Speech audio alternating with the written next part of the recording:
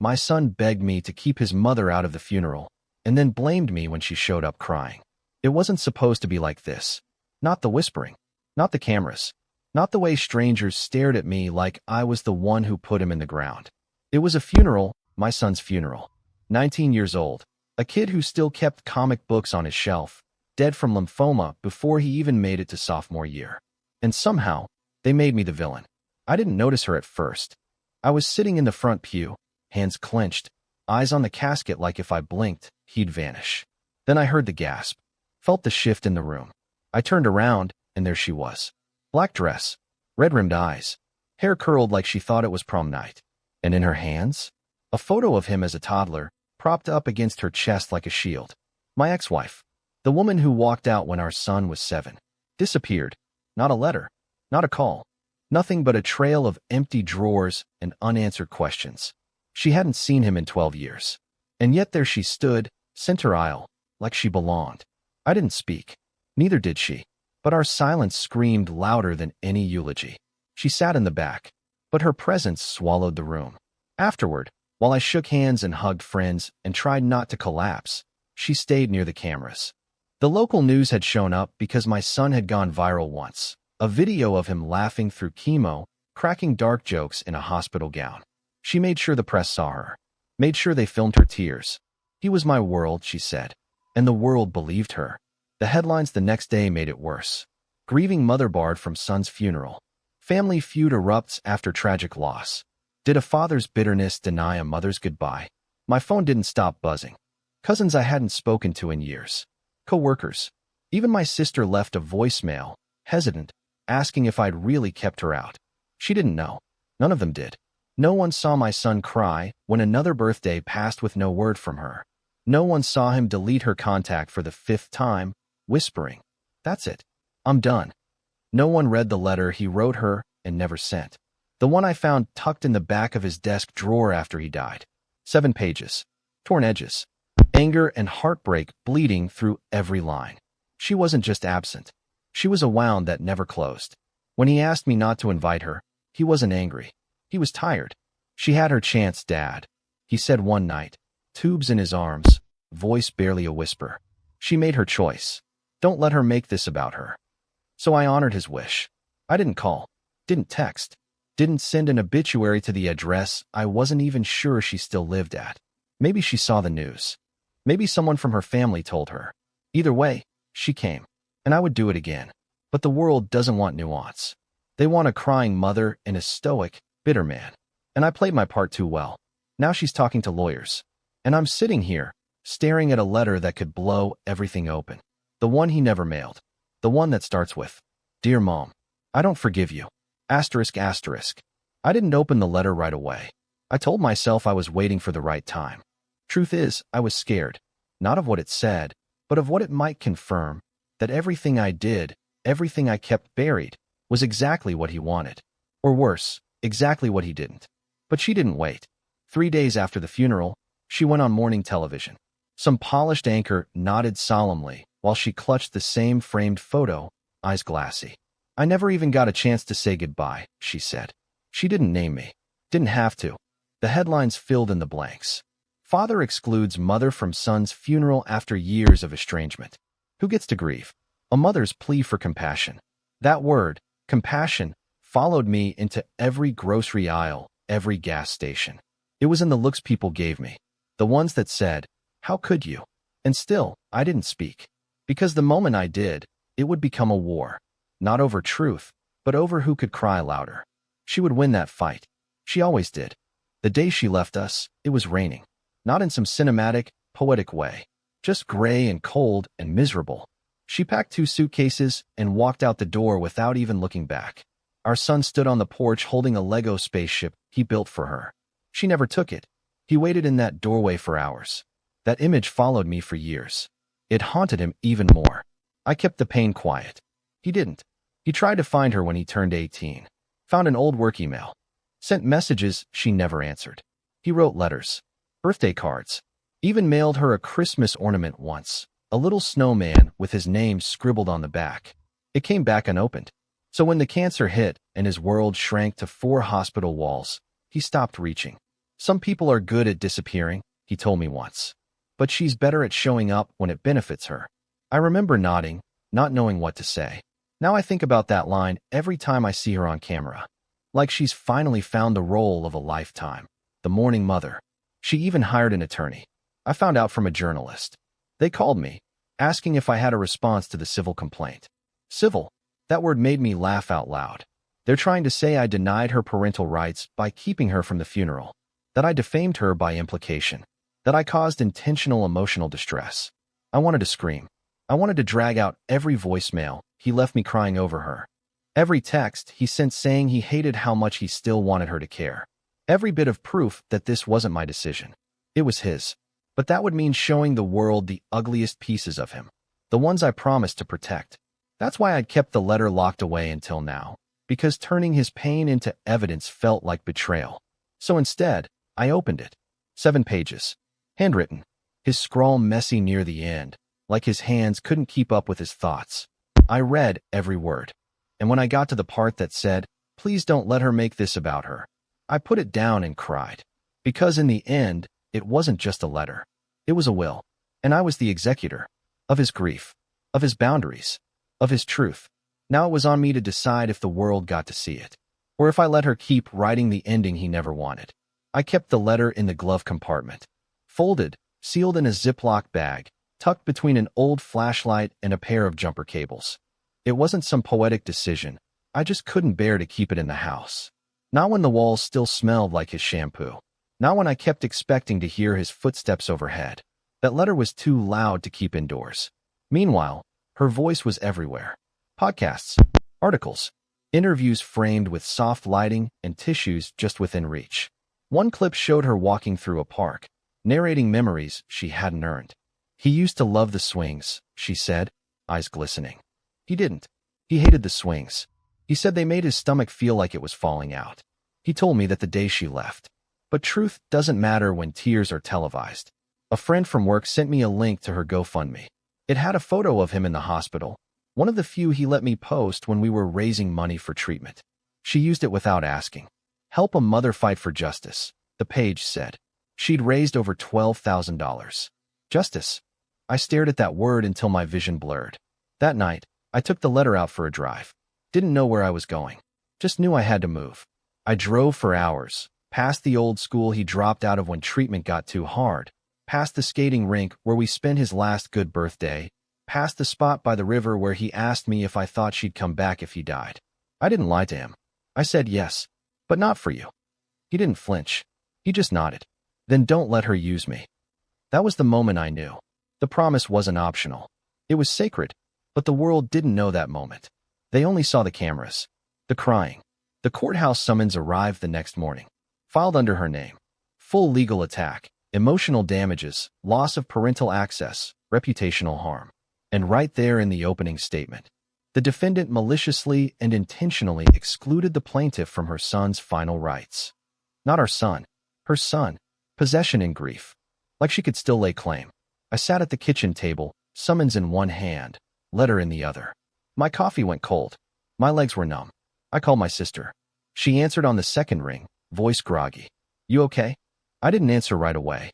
She's suing me, I finally said. A pause. Then, do you have anything that proves it was his wish? I looked at the letter. Yeah, I said. I do. Then show them. But that was the part one couldn't get past. Because showing them meant turning his pain into spectacle. Meant scanning his handwriting into court records, watching strangers dissect his final words. It meant opening the letter to the same vultures that watched her cry on morning TV. What would he want? Would he want peace? Or proof? The next morning, I brought the letter inside for the first time since he died. I tucked it into my jacket pocket and drove to my lawyer's office. I sat in the parking lot for 40 minutes, engine running, eyes locked on the lobby doors. I couldn't go in. I couldn't let go.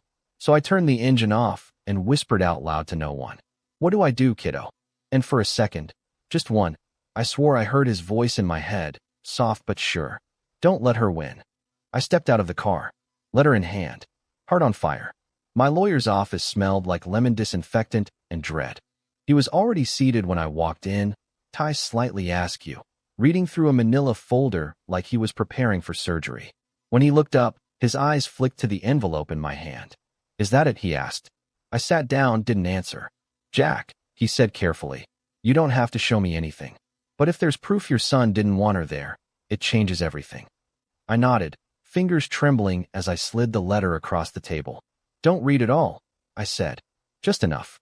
Enough to protect him. He opened the ziplock, pulled out the folded pages, and read the first 2 lines. I watched his face tighten, his brow furrowed. Then he stopped reading and slid it back. It's enough, he said quietly. I can redact the personal parts. Just submit what we need. I nodded again. Thank you. You okay? I let out a laugh that didn't sound like mine. No, but I will be. By the end of the week, we filed the response. 2 exhibits. 1, a transcript of a hospital conversation I'd recorded with his permission. 2, the redacted letter. We didn't leak it, didn't post it. We just submitted it to the court. Still, somehow it got out. Maybe it was a clerk, maybe a paralegal on a break. All it takes is one careless hand, one screenshot. All I know is, 2 days later, the letter was online. First on Reddit, then TikTok. Clips of strangers reading it aloud, scoring his words with piano music. Asterisk, dear mom. I wanted to believe you changed. I wanted to believe you'd come back for me before it was too late. But you didn't. And now I'm too tired to hope. Asterisk. They turned his grief into content. Some people were outraged on my behalf. Others called it fake. One woman on Instagram claimed she was a family friend and posted a video accusing me of forging the whole thing. I'd never seen her in my life. She mispronounced his name, but the damage was done. The narrative shifted again. And my phone, it exploded. Calls, messages, a death threat or 2, even a podcast invitation. Come tell your story, they said, like I was a character in a true crime docuseries. One night, I woke up to a voicemail.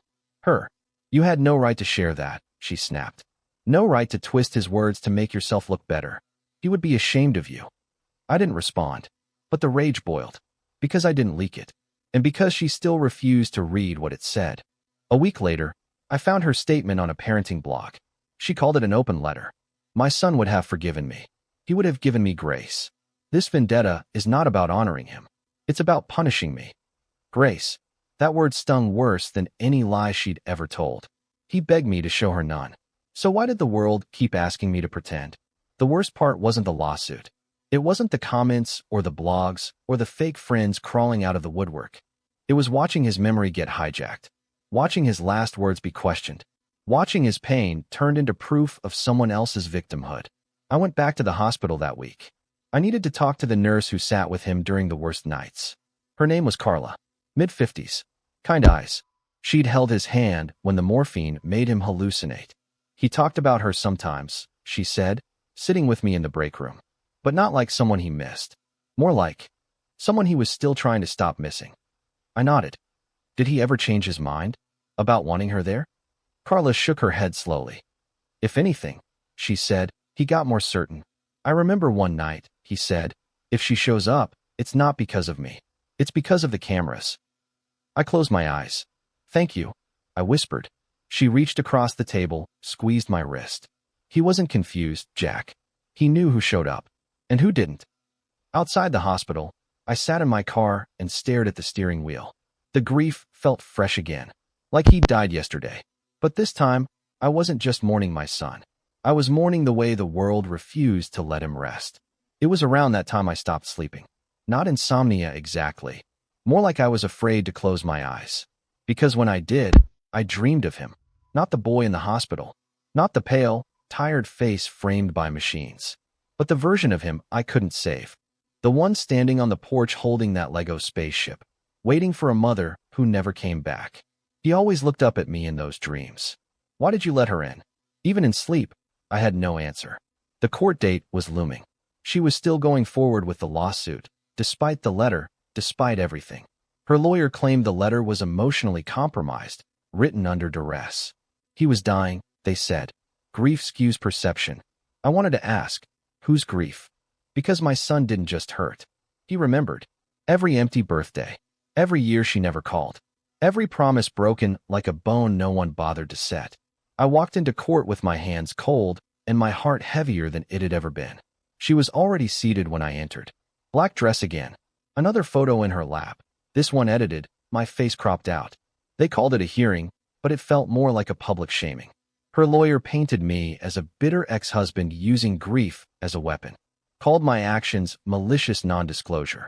When my lawyer presented the letter, they tried to dismiss it as a forgery.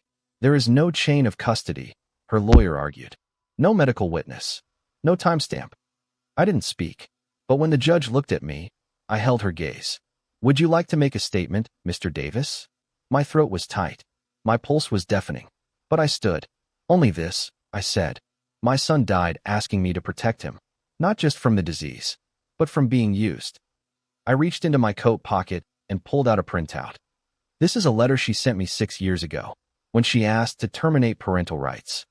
The room shifted. The judge leaned forward. I never revoked her access. I continued. She gave it up. In writing. Filed through her lawyer. I handed over the page. The silence in the courtroom was electric. I'd kept that document buried all these years, not out of mercy, but because I knew one day I might need it. That day had come. When the session ended, her face was stone. She brushed past me in the hallway like I wasn't there. But her voice caught me by the elevator. He would have wanted me there. I turned. He didn't. You just can't stand that he chose someone else. She flinched. You think I didn't suffer? She hissed. I woke up crying for him. Then you should have answered the first time he called. The elevator dinged. I stepped in and didn't look back. That night, I brought the Lego spaceship down from the attic. It was still intact. A little dusty. Still missing the tiny pilot he used to chew on when he was nervous. I set it on the mantel. A quiet kind of memorial. Not for the world. Just for us. Because grief isn't performance. It's presence. And I was still here. There's a strange stillness that settles after a battle. Not peace. Just quiet. The kind that hums in your ears and makes your own heartbeat sound too loud.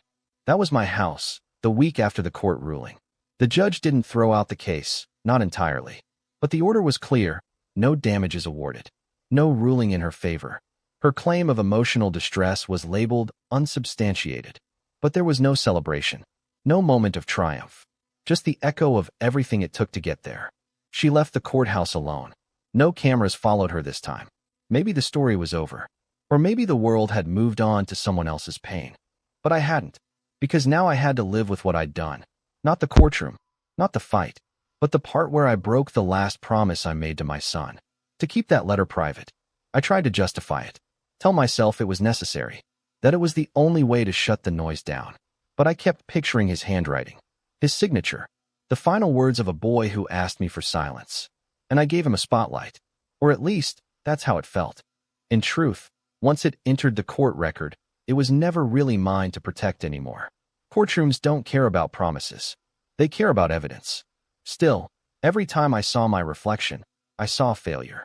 My sister came by unannounced one afternoon, holding a lasagna and an apology. I should have had your back sooner, she said. I waved her off. You didn't know? No, she said, setting the dish down. But I should have asked. We sat on the couch like strangers. Eventually, she asked, what now? I didn't have an answer. So instead, I showed her the Lego spaceship. He made it the day she left, I said. Held it like it could bring her back. Her eyes welled up. He always wanted her love, she whispered. Even when he knew it wouldn't come.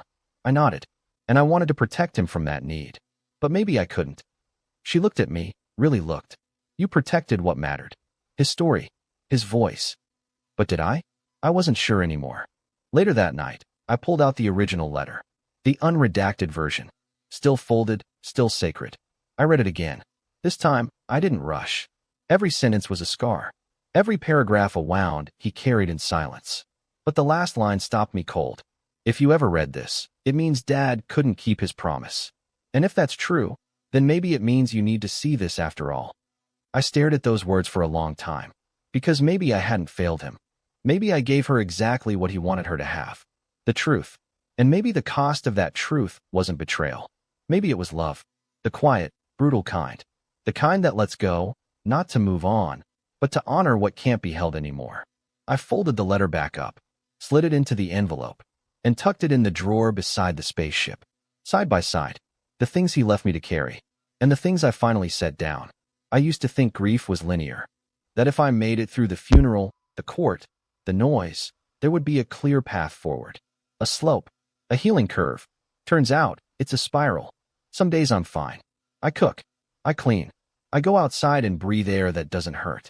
Other days, I open the fridge and cry because his favorite yogurt is still there, expired and untouched. There's no rhythm to it. Just absence.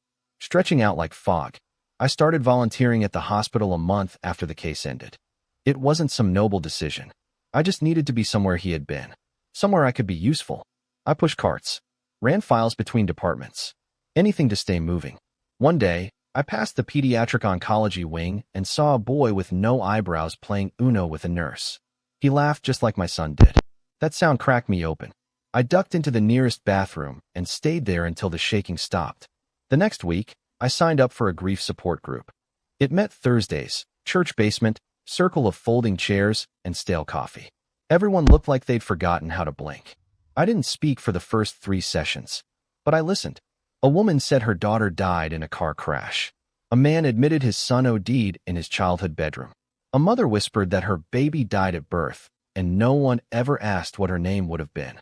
They weren't there to fix anything, just to be heard. And then one night, someone turned to me. "Did you get to say everything you needed to?" I froze. The words stuck in my throat. I shook my head and said, "Not even close." Later, I went home and pulled out an old spiral notebook. And I started writing. Not to him, but from him. I imagined what he might have said if he'd made it to 20. If he'd gotten to write his own eulogy. It wasn't poetry, just truth. Simple, brutal truth. I hated the smell of hospitals. I loved peanut butter and jelly. I missed my mom even when she didn't deserve it. I wanted to live. I read it to the group the next Thursday. Nobody clapped, but a woman across the circle squeezed my hand when it was over. "Thank you," she said, "for not sugarcoating him." And that was the first time I realized. I didn't need to defend him anymore. He wasn't a story to be protected. He was a person. Messy, brilliant, bitter, brave. And finally, he was free. That night, I sat on the porch under the same stars we used to watch together. Back when he still thought the moon was following us. And I whispered into the dark, "You were enough." Even when they didn't see it. I don't know if he heard me, but I think he did. Because for the first time in months, I slept through the night. And I dreamed of nothing at all.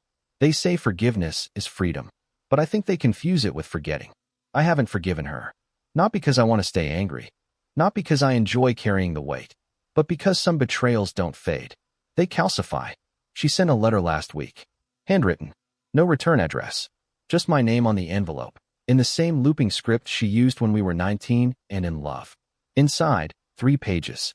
The first, an apology. The second, excuses dressed as explanations. The third, a question. Can I visit his grave? I read those words again and again. She never asked to see me. Never asked for closure. Just a single moment with the marble and dirt. I didn't answer right away. I walked to the cemetery that night. The air was cold. The kind that bites your lungs a little. His headstone was simple. Just his name, dates, and a quote he picked himself. Still here. Just different. I sat on the damp grass and told him everything. That she wanted to come. That I didn't know if it was real.